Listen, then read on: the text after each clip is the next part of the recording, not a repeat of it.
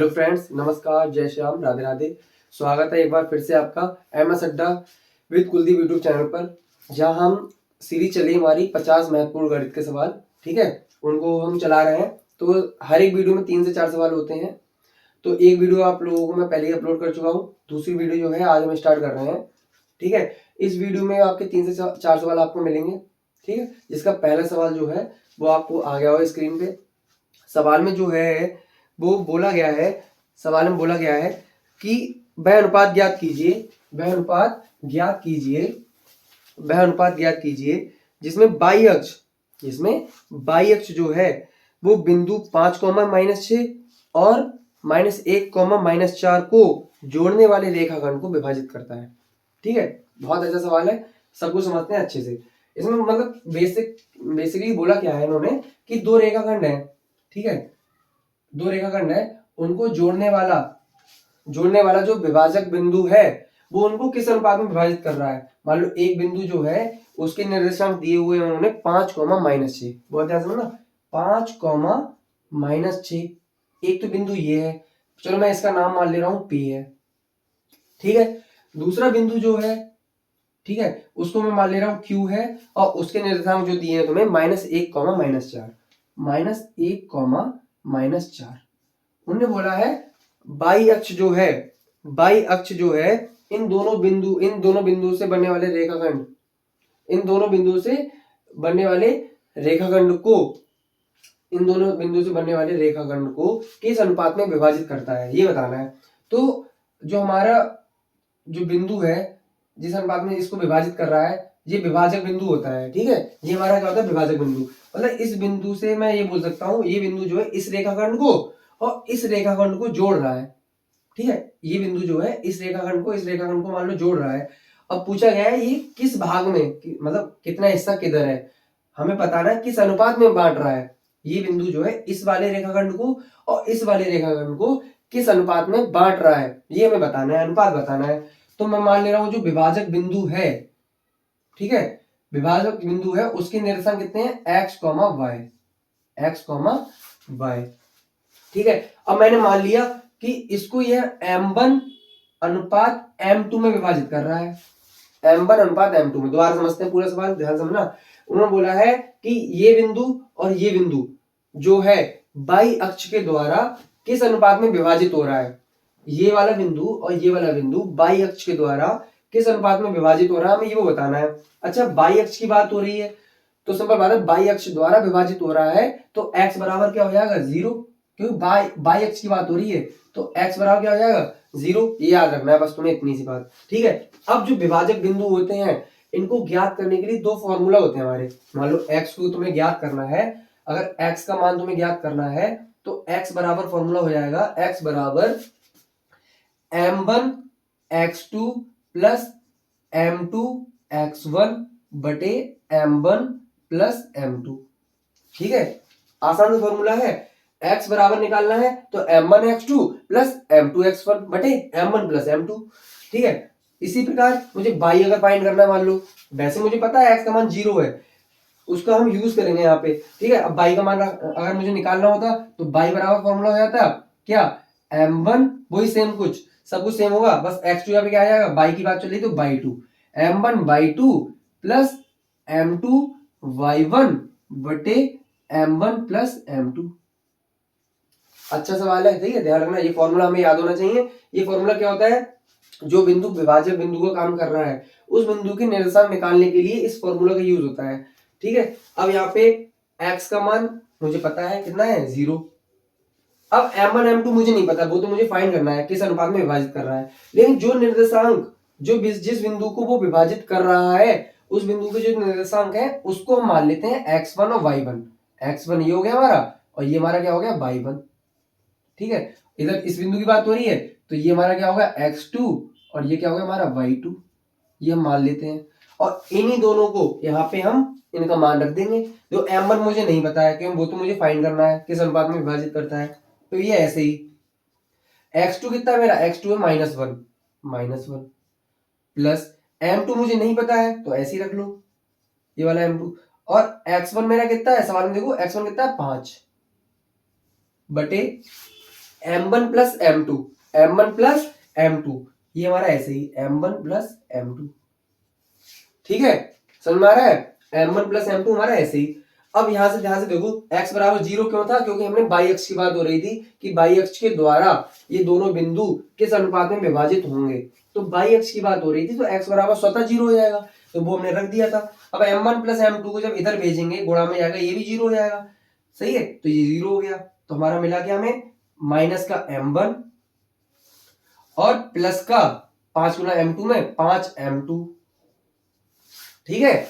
अब ये माइनस का m1 इधर ले आओ, 0 के पास माइनस का है, तो इधर आके क्या होगा, प्लस का m1 बराबर 5 m2, देखो हो गया सवाल हमारा, m1 बटे m2 नीचे आ जाएगा, m2 बराबर 5 रह गया ऊपर और नीचे कुछ नहीं तो 1 मान लेंगे। तो यही सवाल हमसे बताया गया था, यही सवाल में हमसे पूछा गया था कि किस अनुपात में विभाजित करेगा, तो m1 अनुपात m2 में तो विभाजित कर रहा था, मैंने ये तो माना था, और उसका आंसर क्या आ गया, 5/1, यानी 5 अनुपात 1 हमारा क्या हो गया आंसर। लेकिन इस सवाल को थोड़ा और आगे कैलकुलेट करते हैं। अगर मान लो ये तो अनुपात हमने निकाल लिया, किस अनुपात में विभाजित करते हैं, x का मान तो हमें पता था कि बाई अक्ष द्वारा पूछा है, तो x बराबर 0 हो गया, लेकिन बाई का मान भी अगर वो पूछते कि उस बिंदु के निर्देशांक बताओ, पहला तो तुम्हें पता है 0, बाई का मान नहीं पता है, तो बाई का मान यहां से हम निकाल लेंगे, वो भी निकाल के दिखाते हैं तुम्हें। तो बाई का मान निकालना है, तो बाई बराबर m1 अब मुझे पता है, m1 कितना है मेरा 5, और बाई 2 कितना है, बाई 2 देखो -4, प्लस m2 कितना है मेरा, m2 कितना है 1, ठीक है, और बाई 1 कितना है, देखो बाई 1 -6, ठीक है, नीचे क्या होता है m1 plus m2, m1 plus m2 कितना हो जाएगा, 5 और 1 6, इसको सॉल्व कर लो, -20 5 और 20 और 1 की गुणा -6 -6/6, तो ये कितना हो गया माइनस का 26/6, समझ में आ रहा है। इसको थोड़ा सा काट देंगे, 2 से काटेंगे ये 13 बार, 2 से काटेंगे ये 3 बार, तो हमारा बाई का मान कितना आ गया, माइनस के 13/6।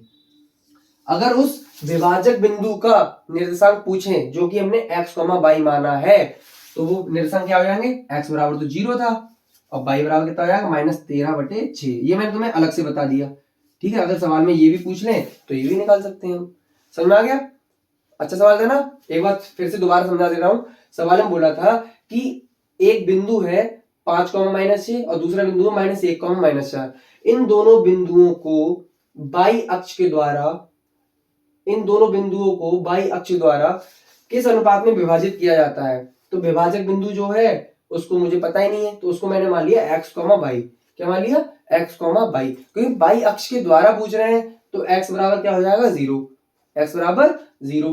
तो विभाजक बिंदु को निकालने के लिए फॉर्मूला होता है हमारा ये वाला, ये फॉर्मूला तुम्हें बहुत याद रखना बहुत इंपॉर्टेंट है, x बराबर m1x2 प्लस m2x1 बटे m1 प्लस m2, y निकालना है तो m1/2 प्लस m2/1 बटे m1 प्लस m2, ये दो फॉर्मूला है x और y को निकालने के लिए, ठीक है। अब मैंने यहाँ पे देखा कि x बराबर 0 है, यहाँ पे 0 रखे, इसको सॉल्व करा, हमारा m1 अनुपात m2 निकल के आ गया।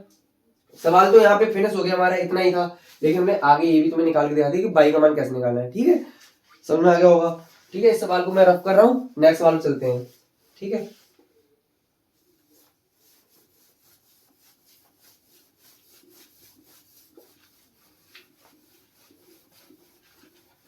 नेक्स्ट सवाल जो है वो हमारा त्रिकोणमिति से है, ठीक है, छोटा सवाल है तो उसको मैं लिख ही दे रहा हूं यहाँ पे, ठीक है।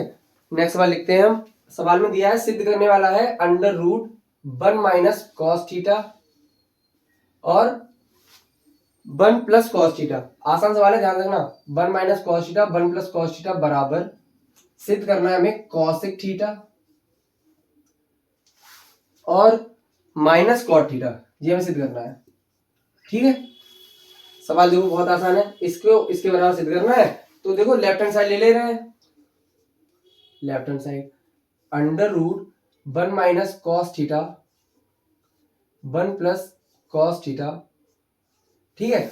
मुझे अंडर हटाना है, तो हम क्या करते हैं, परमीकरण कर देंगे हर का, जो नीचे 1 + cos थीटा लिखा है इसके विपरीत चिन्ह से 1 + cos थीटा का विपरीत क्या होगा 1 - cos थीटा, उसकी ऊपर नीचे गुणा कर देंगे, ठीक है, इस अंडर रूट में ऊपर नीचे गुणा कर दो। 1 माइनस कॉस थीटा से मैंने ऊपर गुणा कर दी और 1 माइनस कॉस थीटा से मैंने नीचे गुणा कर दी। कोई फर्क पड़ा? नहीं पड़ा। मैं इससे इसको काट दूंगा, फर्क क्या पड़ा? ऊपर भी उसी संख्या से गुणा करिए, नीचे भी उसी से गुणा करिए, तो ये आपस में कट जाएंगे। ले इससे फायदा क्या हुआ? इससे फायदा ये हुआ, ऊपर मेरा फॉर्मूला बन गया। ध्यान देखो, ऊपर फॉर्मूला बन गया मेरा 1 माइनस कॉस थीटा, 2 बार हो गया ऊपर, तो फॉर्मूला बन गया हमारा 1 माइनस कॉस थीटा का होल स्क्वायर। और नीचे मेरा फॉर्मूला बन गया, देखो एक बार प्लस है 1 प्लस कॉस थीटा और एक बार माइनस है 1 माइनस कॉस थीटा। तो एक बार प्लस है एक बार माइनस है, दोनों तो सूत्र क्या होता है? a plus B A minus B, A square minus B square. तो 1 minus cos theta cos square theta, 1 का स्क्वायर कर दो कॉस स्क्वायर थीटा कर दो, दोनों पे स्क्वायर लगा देंगे क्योंकि 1 का स्क्वायर 1 ही होता है, तो 1 पे लगाने की जरूरत नहीं है। तो 1 माइनस कॉस स्क्वायर थीटा। ठीक है, यहाँ पे देखो इस स्क्वायर से ये कट जाएगा, चलो अभी नहीं काटते हैं, यहाँ पे ध्यान देखो, under root 1 minus cos theta का होल स्क्वायर ऐसे ही, और ये 1 माइनस कॉस स्क्वायर थीटा क्या होता है? Sine square theta. ठीक है, ये तो पता ही होगा तुम्हें, 1 माइनस कॉस स्क्वायर थीटा बराबर क्या होता है? Sine square theta. नहीं पता तो यहाँ पे देखो, देखो sine square theta plus cos square theta ये बराबर 1 होता है, ये तो तुम्हें पता ही होगा। कॉस स्क्वायर थीटा उधर भेज देंगे तो साइन स्क्वायर थीटा का मान कितना आ गया? 1 के उधर जाएगा ना cos square theta, 1 minus cos square theta. ठीक है, क्योंकि 1 माइनस कॉस स्क्वायर थीटा क्या के मान है? साइन स्क्वायर थीटा का, तो यहाँ पे रख दो साइन स्क्वायर थीटा। अब दोनों पे स्क्वायर है तो नीचे भी स्क्वायर है ऊपर भी स्क्वायर है, तो स्क्वायर दोनों जो है अपने ऊपर के अंडर रूट को हटा देंगे, तो ये हट गया। लो, तो ये हो गया 1 माइनस कॉस थीटा, इतना ही तो बचा खाली, क्योंकि इस स्क्वायर ने अंडर रूट काट दिया और इसने अपने ऊपर से अंडर रूट काट दिया, तो नीचे क्या बचा? Sine theta. ठीक है, अच्छा ये 1 माइनस कॉस थीटा के बटे में ही तो साइन थीटा है, दोनों के बटे में है, तो मैं दोनों को अलग अलग दे दे रहा हूं, तो ये 1 बटे साइन थीटा हो गया, माइनस कॉस थीटा को भी दे दो, कॉस थीटा बटे साइन थीटा, बस आ गया हमारा। देखो 1 माइनस साइन थीटा क्या होता है? साइन 1 अपॉन साइन थीटा क्या होता है? Cosec theta. ये तो पढ़ रखा हो तुमने, बेसिक से सूत्र है ये हमारा, कॉसिक थीटा। और कॉस थीटा बटे साइन थीटा क्या होता है? Cot theta. यही हमें सिद्ध करना था। देखो ऊपर सवाल में देखो, cosec theta minus cot theta लाके दिखा दो, हमने लाके दिखा दिया, राइट हैंड साइड आ गई हमारी। सही है, यही हमें प्रूव करना था, सिद्ध करो, तो प्रूव्ड। समझ में आ गया? आसान सवाल था ना? ठीक है, मैं इसको रफ कर रहा हूं। ठीक है, नेक्स्ट सवाल चलते हैं। ठीक है, ये आसान सवाल था, इसको दोबारा नहीं बताएंगे। नेक्स्ट सवाल देखो, नेक्स्ट सवाल जो हमारा है वो प्रायिकता से रिलेटेड है। ठीक है, ताश के पत्तों से रिलेटेड है, उसको समझेंगे ध्यान से। अच्छा सवाल है। सवाल में बोला है, तुम्हें स्क्रीन में दिख रहा होगा, सवाल में बोला गया है कि 52 पत्तों के को अच्छी प्रकार से फेंटा जाता है। ठीक है, और गड्डी में से एक पत्ता निकाला जाता है। अब उस पत्ते का हमें प्रायिकता बतानी है कि अगर वो लाल रंग का एक बादशाह है तो उस लाल रंग के बादशाह के आने की प्रायिकता क्या है। और दूसरा सवाल बोला गया है कि एक तस्वीर वाला पत्ता, फेस कार्ड जिसको बोलते हैं, उसके आने की प्रायिकता कितनी है। तो पहले तो पूरा समझ लो, आज पूरा मैं तुम्हें ताश के पत्तों में कितने टाइप के पत्ते होते हैं, सही है, पूरा एक एक सवाल कर सकोगे अगर अभी ध्यान से समझ लो इस चीज को। तो देखो पत्ते कितने होते हैं, तो ताश के पत्ते होते हैं हमारे टोटल कितने? 52। ठीक है, 52 पत्ते होते हैं। अब ध्यान समझना, इन 52 में जो हमारे 26 पत्ते होते हैं, 26 पत्ते जो होते हैं वो कैसे होते हैं? काले। और जो बचे हुए 26 होते हैं वो कैसे होते हैं? लाल।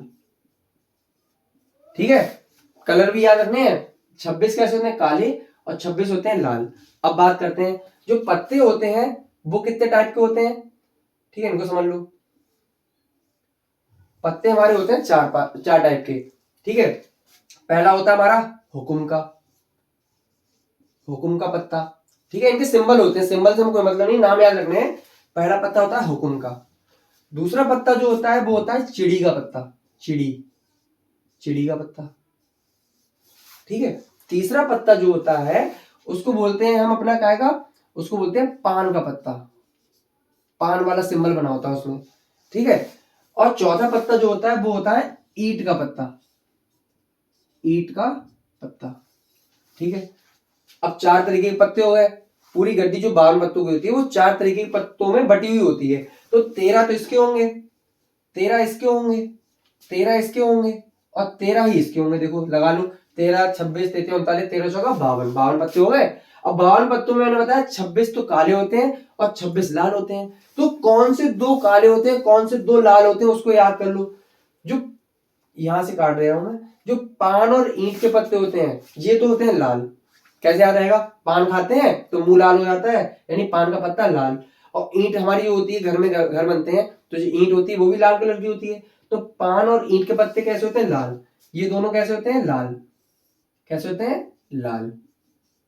और ये दोनों कैसे होते हैं, ये दोनों होते हैं काले। ठीक है, याद रहेगा, सही है। अब ये तो बात होगी लाल और काले की।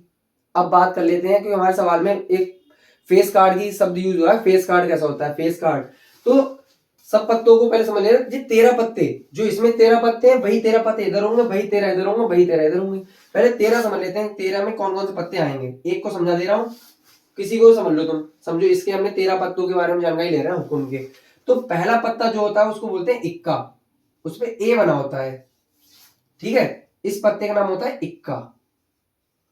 ठीक है, ये कौन सा पत्ता हो गया, पहला पत्ता। एक पत्ता हो गया, सही है, एक पत्ते के बारे में जानकारी मिल गई मुझे। मैं 13 के 13 बताऊंगा तुम्हें भी। ठीक है, तो पहला पत्ता इक्का। दूसरा जो पत्ता होता है, दूसरा पत्ता का मतलब है दूसरे टाइप का जो पत्ता होता है वो गिनती होती है। कौन सी गिनती होती है, 2 से लेके 10 तक की। तो 2, 3, 4, 5, 6, 7, 8, 9, 10 तक गिनती होती है। तो कितने पत्ते हो गए टोटल, 9।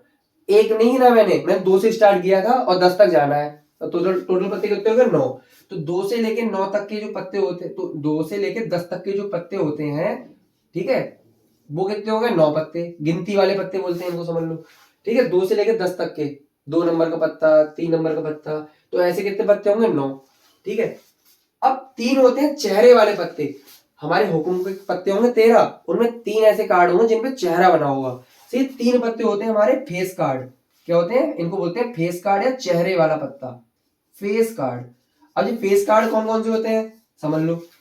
जो हमारा राजा होता है एक, उसका फेस होगा। ठीक है, जो हमारी रानी होती है पत्ते में, उसका फेस होगा, उसका चेहरा होगा। और तीसरा बचता है गुलाम, इसका भी क्या होगा, फेस होगा। ठीक है, इन 3 का चेहरा होगा। दोबारा समझो, अब मैंने हुकुम के पत्ते को बताया है तो इसके लिए अलग कुछ नहीं होगा। जो हुकुम के 13 पत्ते बटे हुए हैं, वैसे चिड़ी के, वैसे ही पान के, वैसे ही ईंट के। ईंट की बात करेंगे सेम, बस इसमें फर्क है, ये लाल होगा, ईंट वाला सिंबल बना होगा। ईंट वाले पत्ते में एक इक्का होगा जैसे इसमें है।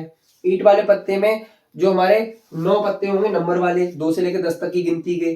ठीक है, और 3 पत्ते हमारे फेस कार्ड होंगे। गिन के देखो, एक ये हो गया, 9 ये हो गए, 3 ये हो गए, 1 और 9 10, 10 और 3 13, सबके ऐसे बटे होंगे।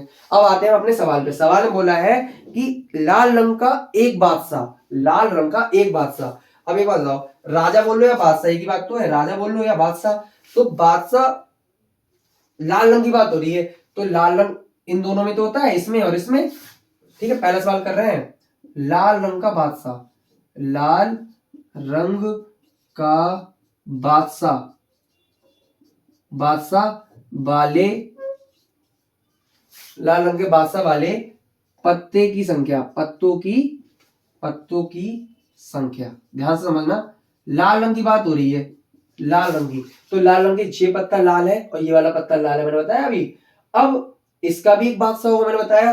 राजा सबके पास होगा, हुकुम का राजा अलग, चिड़ी का राजा अलग, मतलब बादशाह और राजा एक ही बात है। हुकुम का बादशाह अलग, चिड़ी का बादशाह अलग, पान का बादशाह अलग, ईंट का बादशाह अलग। हमें मतलब है लाल वाले से। लाल कौन से हैं, सिर्फ ये वाले। तो लाल रंग के बादशाह वाले पत्ते कितने हो जाएंगे, एक बादशाह इसका, एक बादशाह इसका, कितने हो गए, 2। ठीक है, और टोटल पत्ते कितने हैं, मैंने प्रायिकता में तुम्हें पहले बताया है। ठीक है, क्या बताया है कि जिसकी प्रायिकता निकालनी है वो कितनी बार आ सकता है, वो संख्या ऊपर, और कुल संभावना कितनी है वो नीचे। ठीक, कुल संख्या कितनी है वो नीचे। तो कुल पत्ते कितने हैं, वो नीचे। कुल पत्ते कितने हैं हमारे, ऊपर देखो 52। कितने हैं, 52 पत्ते होते हैं। तो प्रायिकता निकालनी, लाल रंग के बादशाह वाले लाल रंग के बादशाह वाले पत्ते की प्रायिकता, पहला सवाल। तो पहला सवाल का आंसर क्या हो गया, प्रायिकता निकालनी है तो लाल रंग के बादशाह कितने आ सकते हैं, 2, और कुल पत्ते कितने हैं, 52। इसे इसको काट दो, आंसर 1/26। ठीक है, पहला आंसर आ गया। प्रायिकता कैसे निकालते हैं, जिसकी प्रायिकता पूछ रहे हैं वो कितनी बार आ सकता है, उसकी संभावना कितनी है, वो कितना था, दो ही बादशाह तो है, एक तो लाल रंग का बादशाह या फिर पान का आएगा या ईंट का आएगा, तो 2 पत्ते ऐसे हैं जो आ सकते हैं। अब कुल संभावना कितनी है, 52, तो 2/52 हमारा आंसर, 2 से 52 कट गया, 1/26।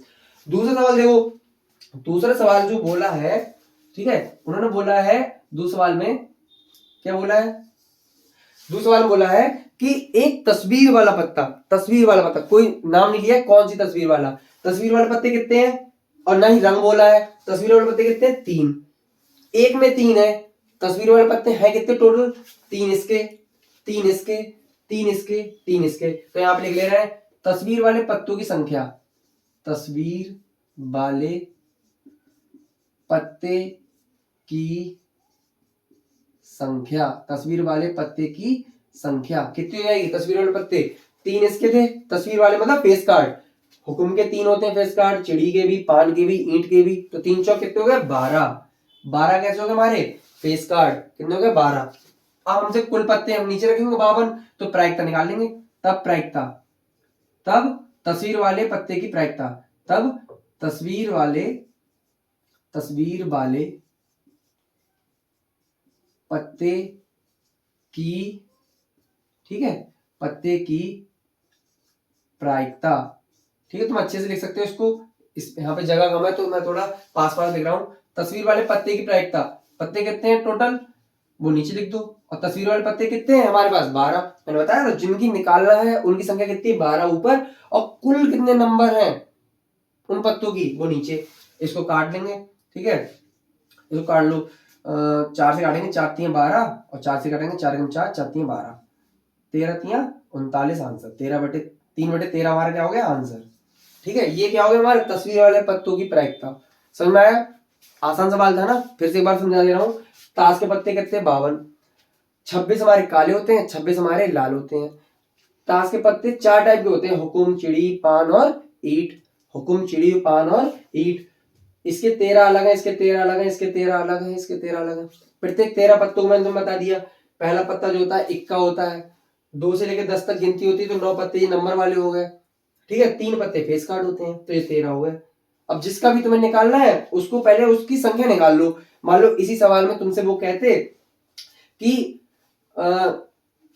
ये पूछ लेते, मान लो कि गुलाम के आने की प्रायिकता कितनी है, अब उन्होंने लाल और काला नहीं कहा है, गुलाम के आने की प्रायिकता, तो गुलाम कितने होंगे, इसका गुलाम अलग होगा, इसका गुलाम अलग होगा, इसका अलग, इसका अलग, तो 4 ऊपर, और टोटल पत्ते कितने हैं 52 वो नीचे, तो 4/52 सॉल्व कर लेते हैं, आंसर हमारा 1/13 आया था, 4 से 52 कट गई, आसान था ना। तो ऐसे ही मैं बढ़िया बढ़िया सवाल लेके आऊंगा आपको, जो आपको नंबर दिलाएंगे ही दिलाएंगे, 50 सवाल आपको बस अच्छे से समझने हैं, ठीक है। अगर आपको वीडियो पसंद आई हो तो लाइक करें और अपने दोस्तों को साथ इनको शेयर कर लें, ठीक है, और अगली वीडियो जरूर देखें, 50 सवाल आपको ये करके जाने हैं, और जल्दी मैं आपके लिए 20 बहुविकल्पीय जो प्रश्न है उनकी भी तैयारी करवाऊंगा, अगर आप अच्छा रिस्पॉन्स देंगे तो, और लॉन्ग आंसर टाइप क्वेश्चन है उनकी भी तैयारी कराऊंगा, ठीक है। Thank you so much.